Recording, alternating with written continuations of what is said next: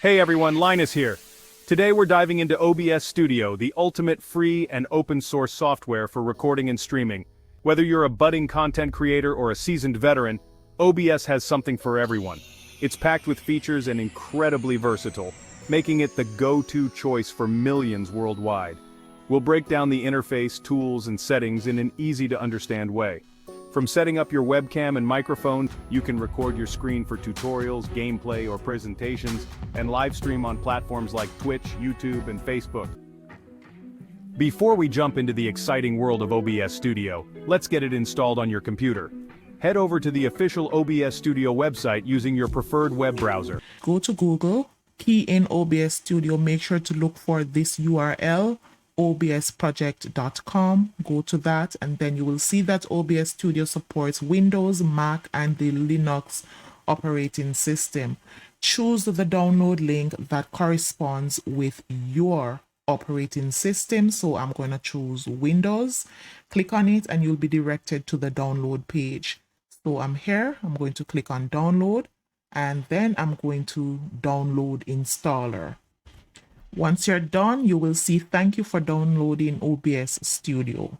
Once the download is complete, locate the installation file on your computer and double-click to begin the installation process. Simply follow the on-screen instructions and you'll be good to go. Congratulations, you've successfully installed OBS Studio on your computer. Now, let's move on to the fun part, setting up OBS Studio to capture your awesome content. Upon launching OBS Studio for the first time, you'll be greeted by the helpful Auto Configuration Wizard. This wizard simplifies the initial setup process by optimizing settings based on your computer's hardware and internet connection. It's highly recommended, especially for beginners. The wizard will ask you a series of questions about your intended use, such as whether you'll primarily be recording or streaming. You'll also be asked to select your preferred streaming platform, resolution, and frame rate. Based on your responses, OBS Studio will automatically configure settings like video resolution, bitrate, encoder, and more. This ensures optimal performance and compatibility with your chosen streaming platform. Once the wizard has gathered the necessary information, it will test your internet connection to determine the best streaming settings. Most of the settings are straightforward to use on OBS Studio, but there are also some advanced settings that are available. And unless you know exactly why something needs to be updated or changed, do not change settings that may lead you into confusion. When you launch OBS Studio for the first time, it will typically run through the auto configuration wizard. If it does not, then here's what you can do. You can go to tools and then you can go to auto configuration wizard. This will optimize all the OBS settings based on your computer hardware. You will only have to make changes afterward if you adjust your streaming setup, for example. That's it. OBS Studio is now configured for your streaming or recording needs. You can always revisit the settings later to customize them further as you become more familiar with the software. Scenes are the heart of OBS Studio, allowing you to arrange and switch between different layouts for your recordings or streams. Once you have installed OBS Studio successfully, you have configured it using the wizard, it's now time for you to get familiar with the user interface. Here's a sample of sections of the OBS user interface. 5 primary sections that you will be working with in OBS Studio: the scenes, sources, audio mixer, scenes controls, global control. Think of a scene as a collection of sources such as your webcam, game capture or display capture, all arranged to your liking. It makes it easy to switch between different layouts that you had set up prior. So let's explore. Sources in OBS are the individual components of your stream, like the video games, webcams, slideshows, text, or backgrounds. They are also resizable and layered. You can create scenes to preserve your particular source settings or reopen specific visuals. So you can preset your scene. For example, if you are going to use the browser to go through a tutorial, Similarly to what I am doing right now, you could have this as a scene with your different source being the browser. When you're ready for it, you can just go ahead and get it projected on screen so that your audience can see. So that is what is called your scene. For a more practical demonstration, let's go over to OBS Studio and let me create a scene and show you how that works. So I am using screen, and this is a scene that I have preset. It simply means I want OBS Studio to record whatever I am showing on my screen. So I'm still using OBS Studio to record, and it's also showing whatever is happening on my screen, because in this particular scene, I have customized it with everything, all the different sources that I want, which is my mic. This is desktop audio, if it is that I wanted to capture audio from my computer. And then I have my VMM because I'm a VTuber. So there you go. Hi. And then I have other things that I have preset. Some things I can turn on. So with this eye, you can turn on, hey, hi there, and off if you don't want that to be projected on screen. So this is typically what a scene is. Just to demonstrate, I'm going to create a new scene. To create the scene, click on the plus. You will see this pop-up window that asks for the name of your scene. Go ahead and name your scene whatever you want to, anything that makes it easy for you to identify what scene it is. Now, I have gone ahead and created a scene and populated with the screen capture source just so that you can see what I'm doing. Now, once you create your scene, usually it is blank. There won't be anything. There would be blank here. No sources would be here. But because I'm doing the tutorial and I want you to see, I had to go ahead in advance, created the scene and populated it with the source for the screen capture so that you could see what I'm doing. But I'll show you how I added the sources. Now I'm going to go ahead and add a microphone just to show you how to do that. In order to add a microphone to this scene so that whatever you are projecting, your viewers can hear you, under sources, go to the plus and make sure to look for the audio input capture. Remember, you must have had your microphone already set up on your laptop, meaning that it was plugged in and it is recognized. Once you select audio input capture, then this window will pop up. You can create a name for your source audio input device. You can simply name it mic, as in MIC, or whatever name that suits you. Once you say OK, you can tap into this drop down area and then you can find the exact name of your audio device, and then you can say OK, and then you will see your audio capture device there. So now that you have your microphone added, you can go ahead and add your video capture device. Go to the sources plus video capture device, and as usual that would have had to be already set up on your laptop. Go ahead, add it, give it a name, and then say OK.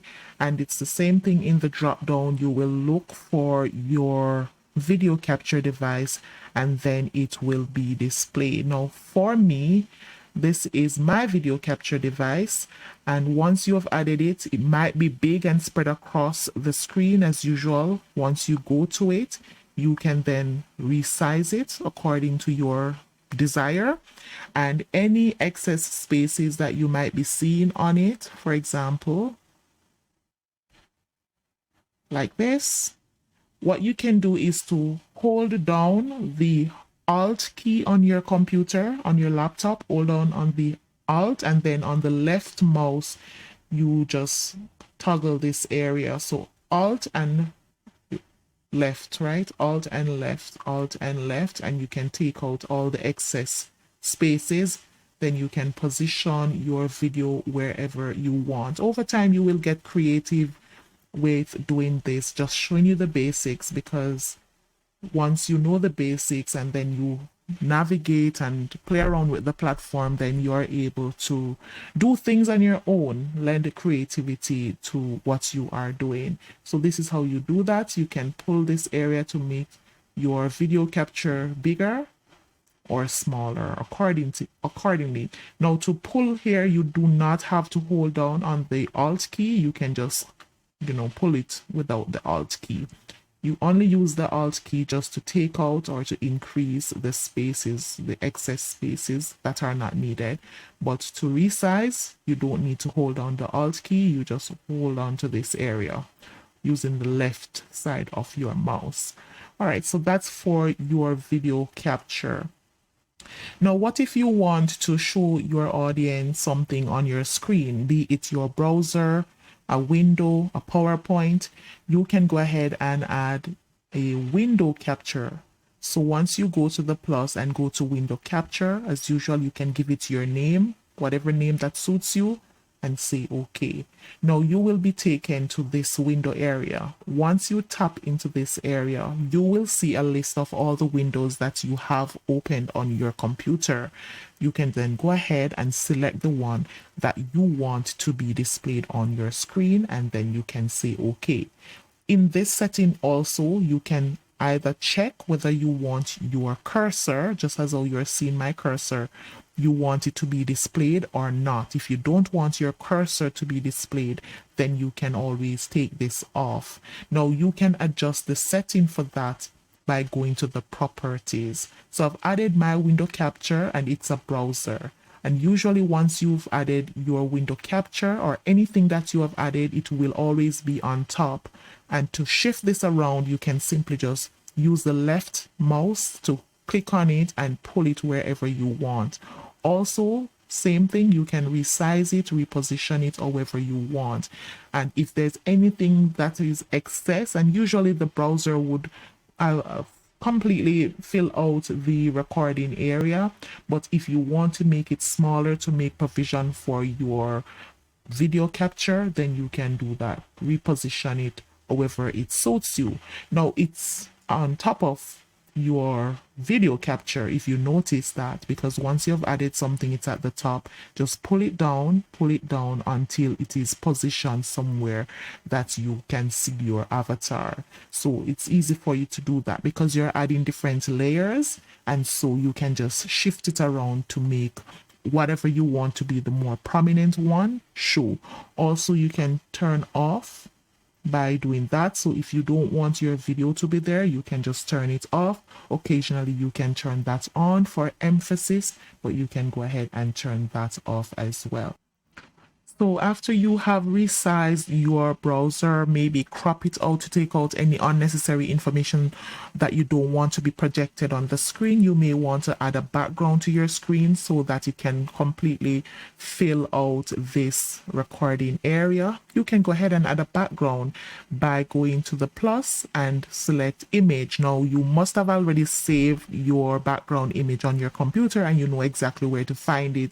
Go ahead, add the image to your background, and that is it. Usually once you add anything, it's at the top. Go ahead and reposition it as usual. Then to make sure it's not at the top, because you want it to be layered behind your window capture, if it's your browser that you're using, then you have to pull it down and make sure that everything is layered. So what you have now, you have your browser that is being displayed. You took out all the excess areas that you didn't want to show. For example, tabs that you have open on your computer, that's not relevant to show. So the background just make up for those spaces in the background. So that's how you do it, and then you can go ahead and turn on your avatar. So you have that nice visual, you're showing something on your screen, the background is there, and you can get the gist of how you can add a lot of things to make up this particular scene that you can then save and just reuse. So you can open multiple scenes, and you can then also toggle between the different scenes by assigning hotkeys that will allow you to switch between different scenes. So I think you get the gist of it. It does take a little practice and just navigating, playing around, and you will eventually become an expert to the degree that you want to learn about this free open source screen recorder. As usual, this is where you go to add the sources, and you will see different sources that you can add.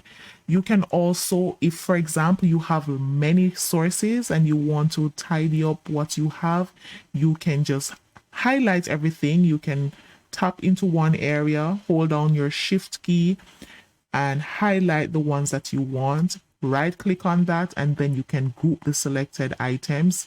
You can give the group a name, enter, and then everything will be in a group, so you can make it collapsible so it takes up less space, so you know exactly what is contained in your group. In a nutshell, this is how you add your scene, your sources. Like I said, it's over time going to OBS and playing around, toying around. But as usual, any settings that may look too advanced, do not change anything, because you don't want to have to uninstall and reinstall to get it back to what it was. So things like these you can toy around with. When it comes to the advanced settings, I'd recommend that you maybe watch more tutorials from persons who are more expert at it instead of changing certain settings. But when it comes to the sources and the scenes, that's not what I'm talking about. To learn, you will have to naturally toy around with these different settings and see how that works. Clear and balanced audio is crucial for professional-looking streams and recordings. OBS Studio provides robust audio controls to fine-tune your audio sources. In the Sources box, locate your microphone source. Right-click on it and select Properties to access the audio settings for that specific source. The Properties window allows you to adjust the volume level, set the audio delay if necessary, and apply filters to enhance your audio quality. One helpful filter is the noise gate, which helps to eliminate background noise when you're not speaking. OBS Studio also features a handy audio mixer that allows you to control the volume levels of all your audio sources in real time. You can find the audio mixer at the bottom of the OBS Studio interface. Use the sliders to adjust the volume of each source individually, ensuring a balanced mix. Well-balanced audio will significantly enhance the quality of your content and keep your viewers engaged. Now let's focus on configuring your video sources to look their best. Just like with audio sources, you can access video settings by right-clicking on a video source in the Sources box and selecting Properties. In the Properties window, you can adjust the resolution, frame rate, and aspect ratio of your video source. Make sure your video settings match your desired output resolution and frame rate. OBS Studio offers a variety of filters that you can apply to your video sources to enhance their appearance. One popular filter is the Crop Pad filter, which allows you to remove unwanted borders or add padding to your video. You can also find filters for color correction, sharpening, and more. Experiment with different filters to find what looks best for your content. A little tweaking can go a long way in achieving a polished and professional look. Now that you've configured your audio and video sources, it's time to start recording or streaming your content. To start recording, simply click on the Start Recording button located in the Control section on the right-hand side of the OBS Studio interface. OBS Studio will begin recording your screen and audio based on your current scene configuration. To stop recording, click the Stop Recording button. Your recording will be saved to your computer in the format you specified in the settings. Streaming your content follows a similar process. In the Controls section, click on the Settings button. In the Settings window, navigate to the Stream tab. Here you'll need to select your streaming service like Twitch or YouTube and enter your stream key. Once you've entered your stream key, click Apply and OK. Now, when you're ready to stream, simply click the Start Streaming button in the Controls section. OBS Studio will start sending your video and audio feed to your chosen streaming platform, allowing your audience to watch you live. OBS Studio's functionality can be further extended with plugins, opening up a world of customization and advanced features. Plugins are like apps that you can install to add new features and enhance your streaming or recording experience. To manage plugins, go to the Tools menu in OBS Studio and select Plugins. One essential plugin is the Stream Effects plugin, which unlocks a plethora of visual effects and transitions that you can apply to your scenes. Another must-have plugin is the Advanced Scene Switcher. This plugin gives you more control over scene transitions, allowing you to create smooth fades, wipes, and other cool effects. Explore the vast library of available plugins to discover new ways to enhance your OBS Studio setup. Remember to download plugins from trusted sources to ensure compatibility and security. Congratulations! You've learned how to download, install, and configure OBS Studio for recording and streaming. You've also explored basic and advanced features, including scene setup, audio and video configuration, and even essential plugins. But this is just the beginning of your OBS Studio journey. As you become more familiar with the software, challenge yourself to learn new techniques and experiment with different settings. The more you use OBS Studio, the more comfortable and proficient you'll become. There are countless online resources available, including tutorials, forums, and communities dedicated to OBS Studio. Tap into these resources to expand your knowledge, find inspiration, and connect with fellow content creators. So, go out there, create amazing content, and share your passion with the world.